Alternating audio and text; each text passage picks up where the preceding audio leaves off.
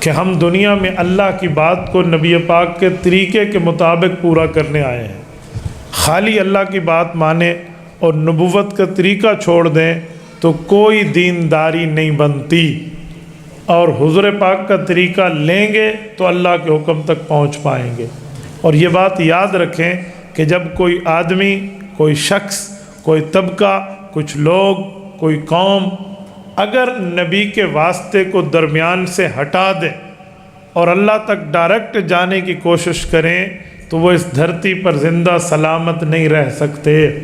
ان پہ اللہ کا ایسا عذاب آتا ہے کہ ان کا کام پورا ہو جاتا ہے۔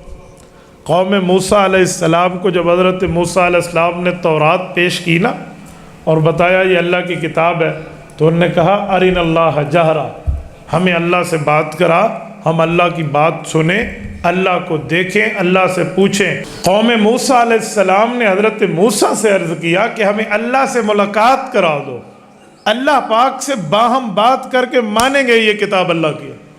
دیکھو کتنی بڑی بد نصیبی کی بات ہے کہ وقت کے نبی پر ان کے اعتبار کا حال یہ ہے۔ حضرت موسیٰ علیہ السلام نے کہا ٹھیک ہے، 70 بندے تیار ہو گئے، جی ہمیں اللہ کے ساتھ ملاقات کرانے لے جاؤ۔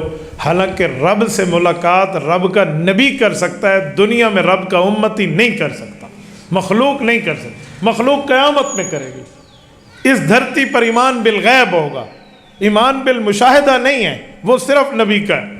تو 70 بندے چلے، کوہ طور پہ پہنچے، حضرت موسیٰ علیہ السلام نے اللہ رب العزت سے عرض کیا میرے مولا آ گئے۔ فرمایا انہیں کہو اس پہاڑ کو دیکھیں۔ انہوں نے پہاڑ کو دیکھا تو اللہ پاک نے اس پہ تجلی ڈالی۔ فرمایا ان استقر مکانہ، ذرا پہاڑ کو دیکھو، اگر پہاڑ اپنی جگہ پہ ٹھہر گیا تو تم اللہ کو دیکھ پاؤ گے۔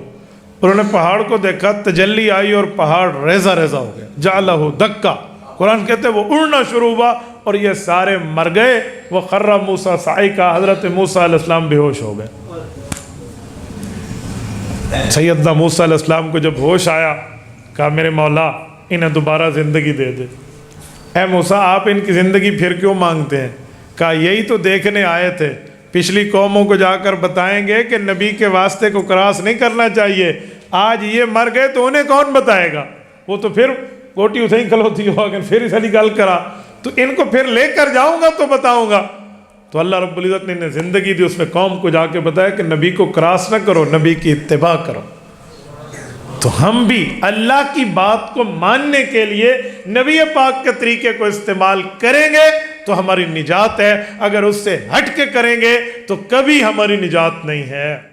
تبارك الذي نزل الفرقان على عبده ليكون للعالمين نذيرا